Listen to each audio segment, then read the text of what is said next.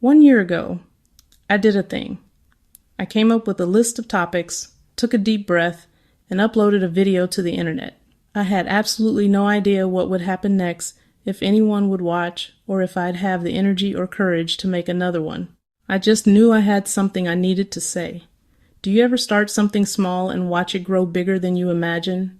That is the story of this channel. I wanted to talk about my life with multiple sclerosis in a way that felt real and make people laugh on days when it felt impossible. I wanted to create a corner of the internet where people like me could feel less alone. My only goal was to be honest. I called the channel I'm Not Myelin a small joke for a big condition. A way to say this disease is part of me, but not all of me. My plan was simple. Be honest, try to be funny, and show up. That was the entire business plan. I thought maybe 10 people would find the video, a few friends, maybe a cousin or two. What happened instead is something I'm still trying to understand. When I first started, I had a very clear, very wrong idea of what this channel would be. I pictured it as a classroom where I was the teacher presenting information. When I started, I thought people wanted facts, figures, 5-step plans for a better life. My expectations were laughably small. I imagined myself as a friendly encyclopedia, a talking pamphlet from a doctor's office, but with more bad puns. I researched topics, worked to explain complex jargon, and was ready to be a guide. It was a safe, predictable, and totally inaccurate vision. I did not expect the emotional tidal wave that was coming. I truly believed the value of the channel would be in the what, not the who. I was so focused on the lesson plan, I didn't realize the real learning would happen outside the curriculum. The truth is, I was scared of the personal stuff. It felt safer to talk about myelin sheaths than my own fear. So I built this mental classroom for a safe distance. But the internet, as I quickly learned, doesn't care about your carefully constructed rules. What I got was not a classroom. It was a big, cozy, slightly messy living room filled with people from all over the world. Instead of medical questions, the comments filled with life, people sharing frustrations, tiny victories, and simply saying, "Me too." They weren't here for facts. They were here for the feeling of not being the only one. The channel didn't grow explosively. It grew quietly, in direct messages and tagged posts. It became a community by accident, a support group that didn't know it was one. I stopped seeing myself as a teacher and started seeing myself as a host. People used the comments to talk to each other, celebrating good MRI results and mourning bad days. One of the biggest surprises this year was finding out who was on the other side of the screen. I assumed it would be mostly women my age, recently diagnosed. I couldn't have been more wrong, and I'm so glad. The reality was far more diverse, global, and interesting than I ever predicted. It was like planning a small dinner party and having the whole neighborhood show up. Messages came in different languages, but after translating, the core was the same.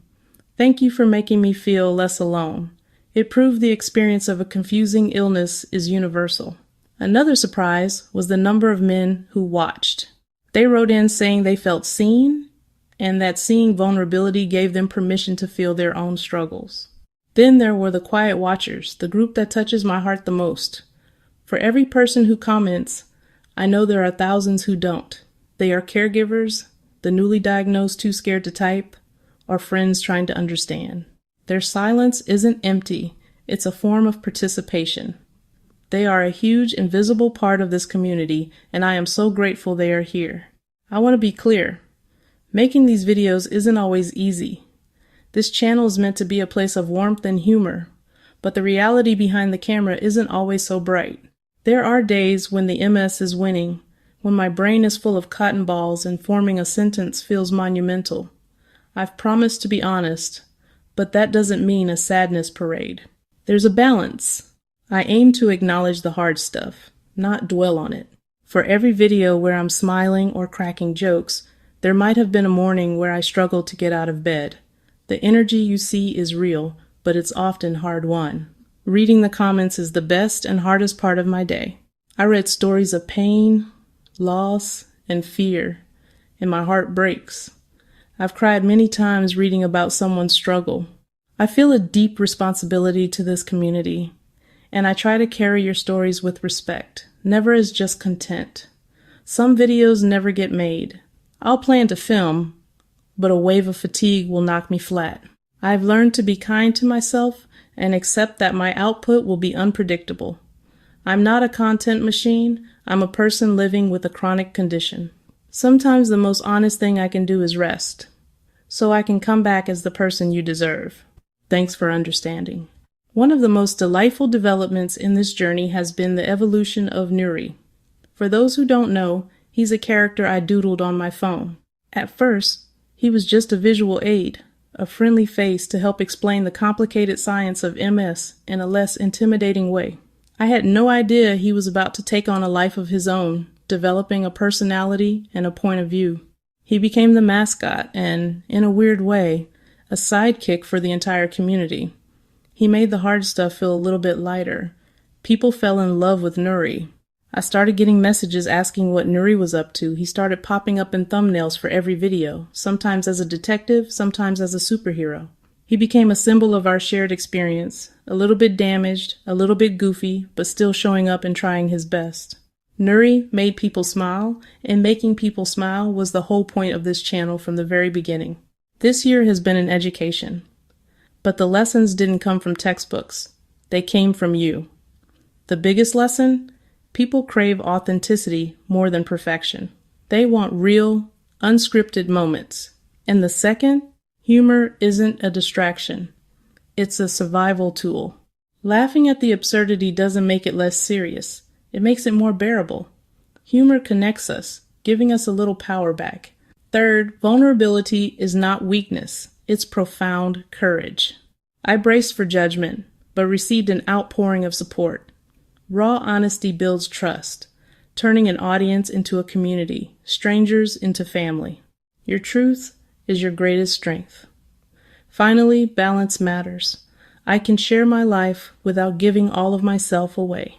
Setting boundaries to protect my mental health, setting boundaries to protect my physical health. It's okay to take a break. It's okay to say no.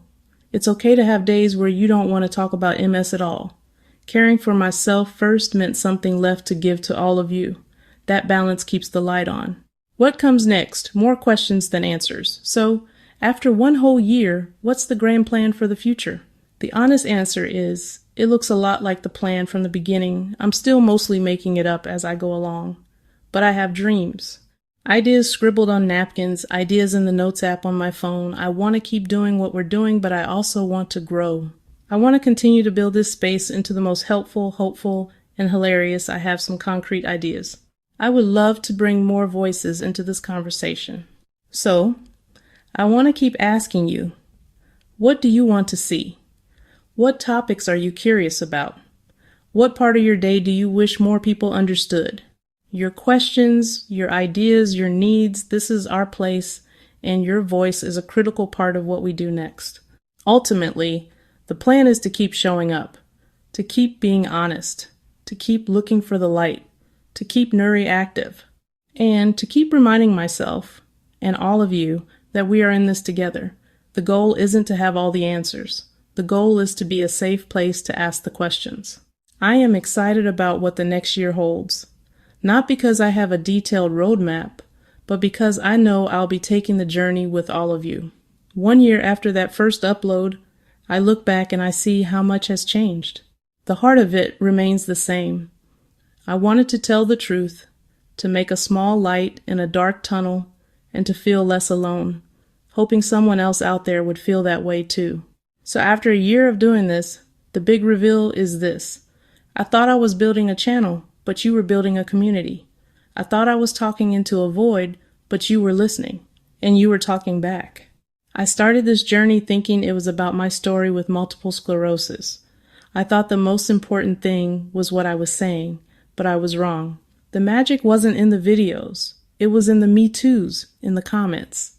It's in the quiet watcher finding courage to see their doctor, or someone sharing a video to help their family understand. It is always about our story. The community is real, you are real. 1 year in, I am still surprised. I am still learning, I am still tired some days, but more than anything, I am so incredibly grateful. Thank you for being here. Thank you for watching. Thank you for writing. Thank you for laughing. Thank you for sharing. Thank you for trusting me and each other with your stories. And no, I'm still not Myelin. I am just one person in a living room full of incredible people, and we are just getting started. If you have been here for one day, 1 week, or one whole year, please say hello in the comments.